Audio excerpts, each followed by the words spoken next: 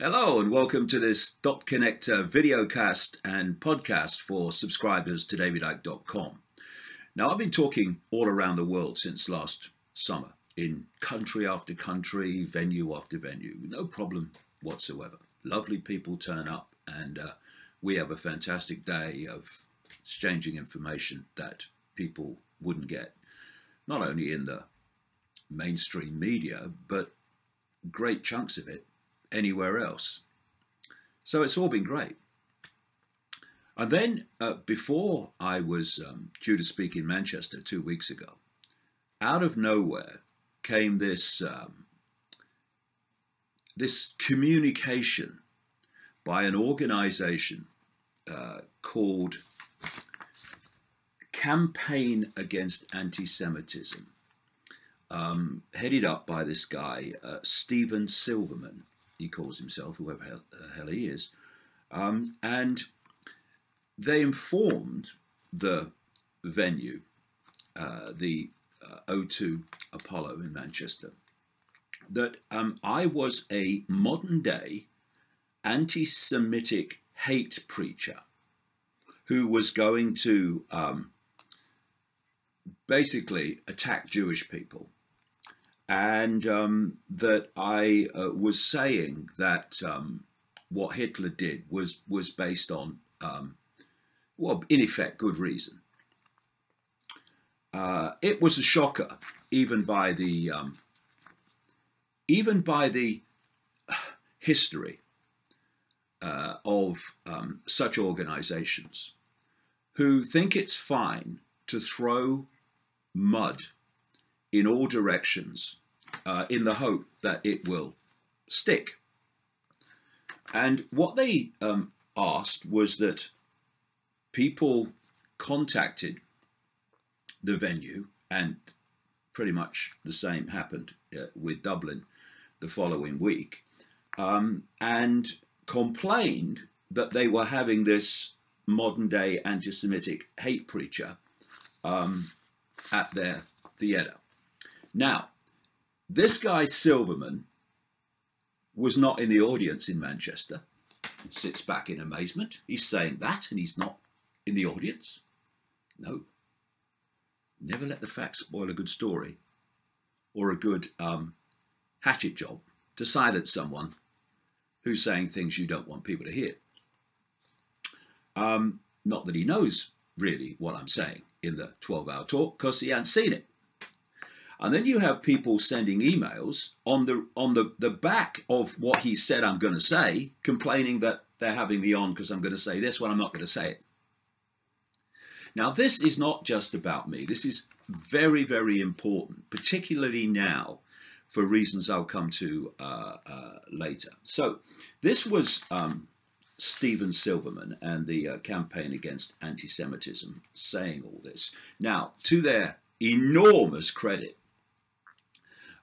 the Apollo in Manchester and the Helix Theatre in Dublin let it go ahead. Of course they did. I've been speaking at O2 venues for decades. They know exactly what I'm saying, and it's nothing like what these idiots. Ooh, getting passionate there. I wonder why. I say. So let me show you that, and maybe show them that. Here is an image that I use in the talk. Whoa, that's racist, isn't it? What I'm actually saying in the talks are that we become obsessed with race when what we are is consciousness, awareness, having experiences in different situations, and that whatever colour, creed, background our, quote, body is, I'll come more to that in a second, they're just vehicles for experience. And so my philosophy is impossible to equate with racism, because I'm saying that race is irrelevant, and that getting to a point where you judge others by their race, and indeed, just as important, self-define yourself by race,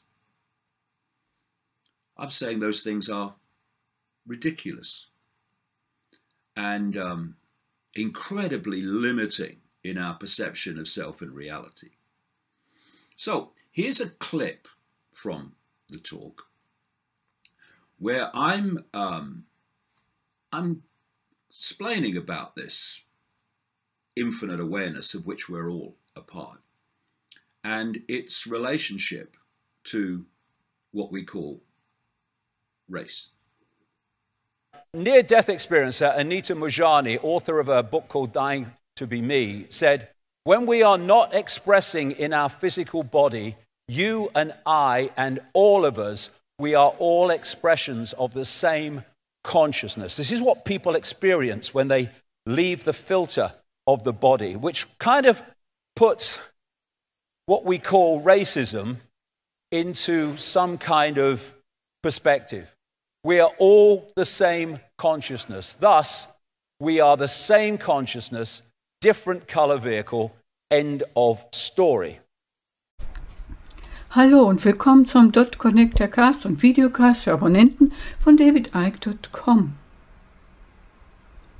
Seit dem vergangenen Sommer habe ich weltweit in mehreren Ländern und an verschiedenen Tagungsorten gesprochen. Keinerlei Probleme. Angenehme Menschen tauchten auf und wir hatten fantastische Tage, an denen wir uns austauschen konnten mit Themen, von denen man weder in den Mainstream-Medien noch in weiten Teilen irgendwo sonst erfahren konnte. So weit, so gut. Aber dann, vor 2 Wochen, bevor ich in Manchester auftrat, kam diese Kommunikation aus dem Nichts von einer Organisation mit dem Namen Kampagne gegen Antisemitismus.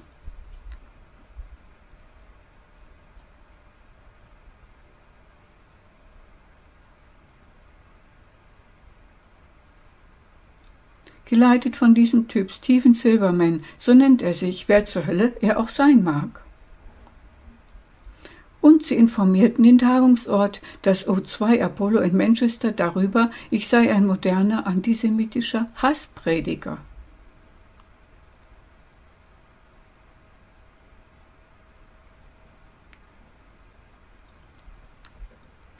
Der hauptsächlich Juden angreifen will, und dass ich sage, Hitler hätte tatsächlich gute Gründe für sein Handeln gehabt.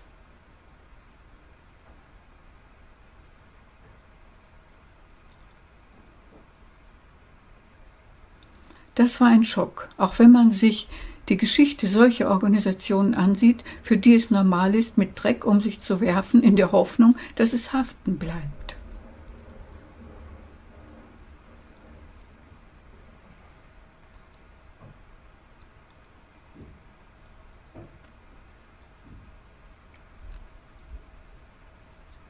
Sie verbreiteten, dass Leute den Veranstalter darüber informiert und sich beklagt hätten, dass ein moderner antisemitischer Hassprediger dort auftreten wolle. Dasselbe passierte danach auch in Dublin.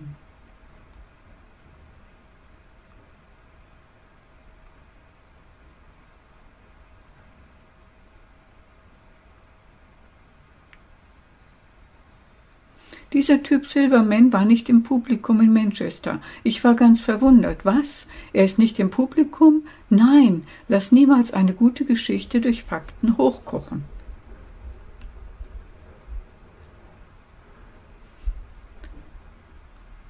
Oder ein Petty-Job, um jemanden zum Schweigen zu bringen, der etwas sagen möchte, was man unter allen Umständen verhindern will.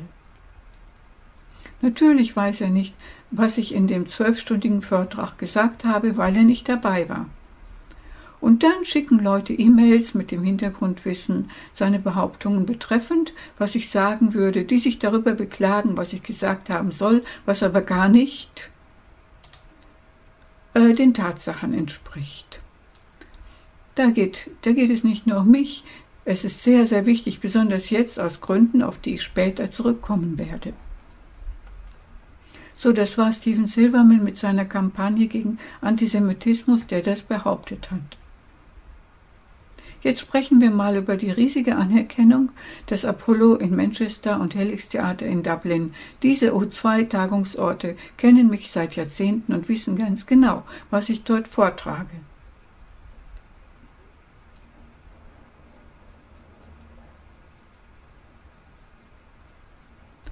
Es hat nichts mit dem zu tun, was diese Idioten, oh, jetzt bin ich etwas unbarmherzig, frage mich, warum bloß sagen. Also, lasst mich es euch zeigen und vielleicht Ihnen auch. Hier ist eine Darstellung, die ich im Vortrag zeige. Wow, das ist rassistisch, oder? Was ich aber eigentlich in meinen Vorträgen aussage, ist, dass wir, das heißt alle Rassen, gemeinsame Erfahrungen machen, Bewusstheit sind.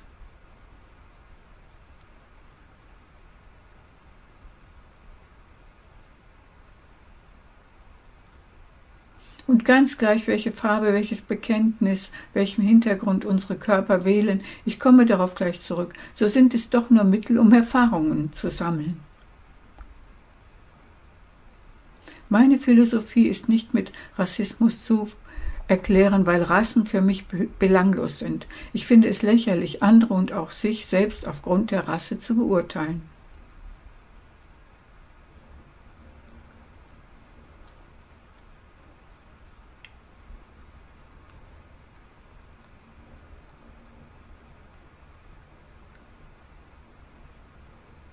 Und es ist unglaublich einschränkend, sich selbst und andere in der Realität so wahrzunehmen.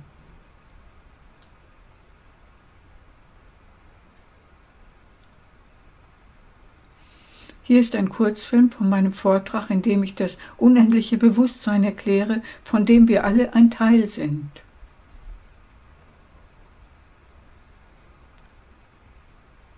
Und es steht in Beziehung zu dem, was wir Rasse nennen. Nahtoderfahrene Anita Morigiani, Autorin des Buches Dying to be Me, sagte: Wenn wir uns nicht durch unseren physischen Körper ausdrücken, du und ich und wir alle, dann sind wir ausnahmslos eine Ausdrucksform derselben Bewusstheit. Das erleben Menschen, wenn sie den Filter des Körpers verlassen. Das erlaubt uns eine veränderte Sichtweise und lässt Rassismus hinter sich.